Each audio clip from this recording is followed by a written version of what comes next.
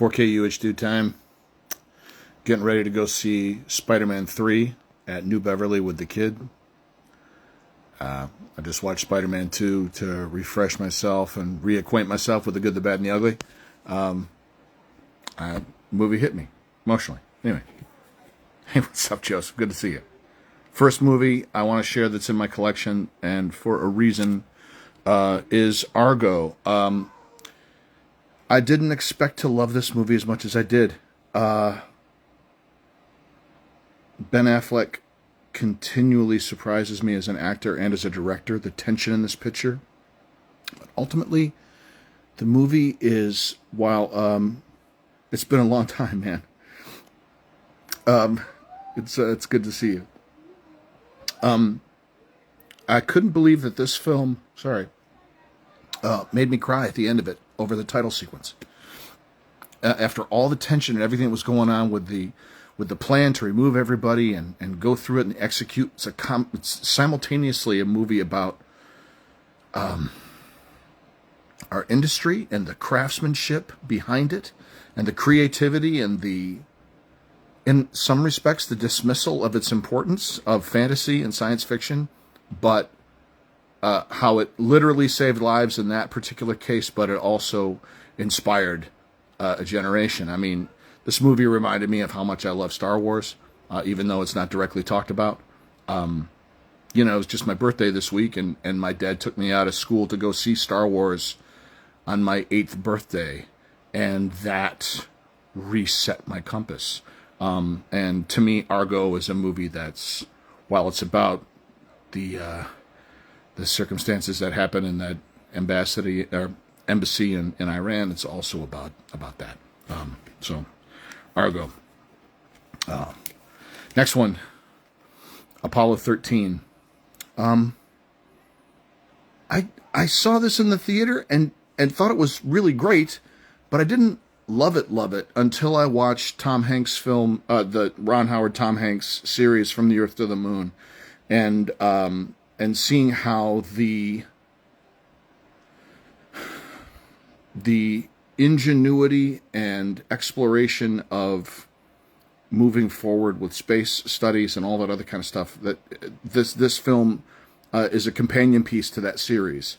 When they do the episodes surrounding the Apollo 13 mission, because of this film, they were able to tell ancillary stories, the stories of the wives of the astronauts who are stuck on the ground, the stories of the news people who are trying to, comfort a nation, but also are sharing information. Really, really fascinating and a great companion piece to this film. And it's so expertly done. I love, in particular, Ed Harris's Gene Kranz in this. And, moving and great picture. So Apollo 13. All right, next movie that is in my collection, and why it's in my collection is Arrival. Man, Denis Villeneuve, Amy Adams, Jeremy Renner, just one of those movies that was considerably more than I thought it was going to be. And I hadn't had my mind blown by a science fiction picture in a minute, and Arrival's one of those films that just hit me so emotionally, and that was not at all what I was expecting to experience. One of those pictures that since I bought it, I haven't put it back on, but it's a hearty meal, and we were all just wrecked by it. But Villeneuve's work is so inspiring to me, and the way this film is shot, I highly recommend. If you haven't seen Arrival, take the ride. It's really, really terrific. I was only going to do 4, but I will do 5th just to close this out. Here's the 4th, As Good as It Gets. I don't know that I would have gone out and picked this up on its own initially. Sherry and I got into on a Jack Nicholson kick maybe 3 years ago? Yeah, it was about 3 years ago. Just an obsession with Jack and what he's how brilliant his work is consistently. Everything from, big swings to in Batman and Cuckoo's Nest to little swings here, even though there's plenty of big swings as well. But man, you got to give it up to Cuba Gooding Jr. So good in this, and freaking Greg Kinnear. I had worked on my first job in film and television was crewing on a TV series called Christie, and worked with a young actor named Randall Battenkoff, who was also in this film. And we became pals, and it was just great to see him in this. And when I saw it in the theater, it was like one of the first times I had seen a picture on screen where I was like, oh my God, I know that guy. And the film just surprised me in a lot of ways. It's terrific. It was part of a collection of like Columbia. I remember I showed Annie a couple days ago. Also a movie I wouldn't have gone out and bought for myself, but it is, that's what this one is for. So there it is. I'm glad I have it. I've pulled it out a couple times and popped it in just to remind myself how brilliant Jack is. And then finally, this might be closing out the A's. Atomic Blonde. David Leitch directed, Charlize Theron, John Goodman and Toby Jones are in this. It's part of the reason I love it is because I got to work on it. I voice matched John Goodman, and my buddy Chris Cox voice matched Toby Jones in this while they're sort of debriefing Lorraine.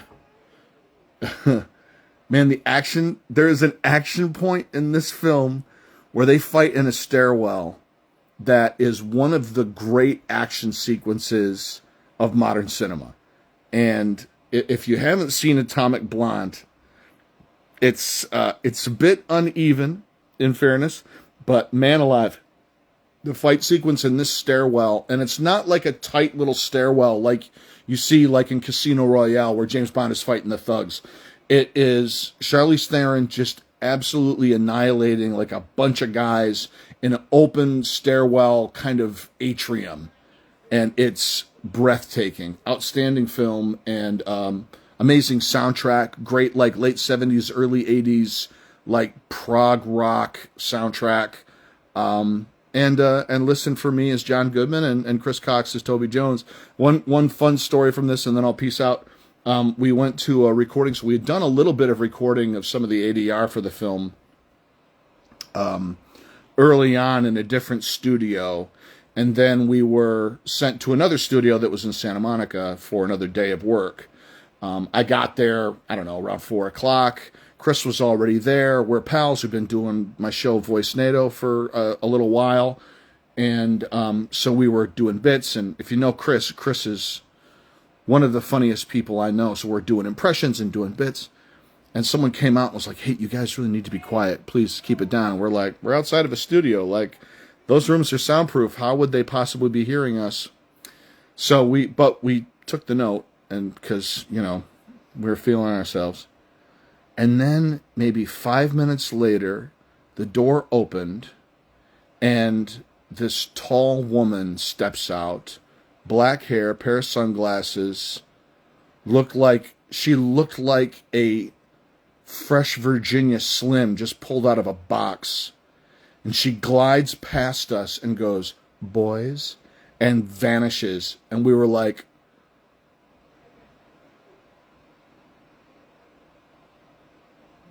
took our breath away. And then we denied that had happened. And then we went in and did our work and went home. But still, that was one of those things that stands out in my memory of that experience. Atomic Blonde. Check it out.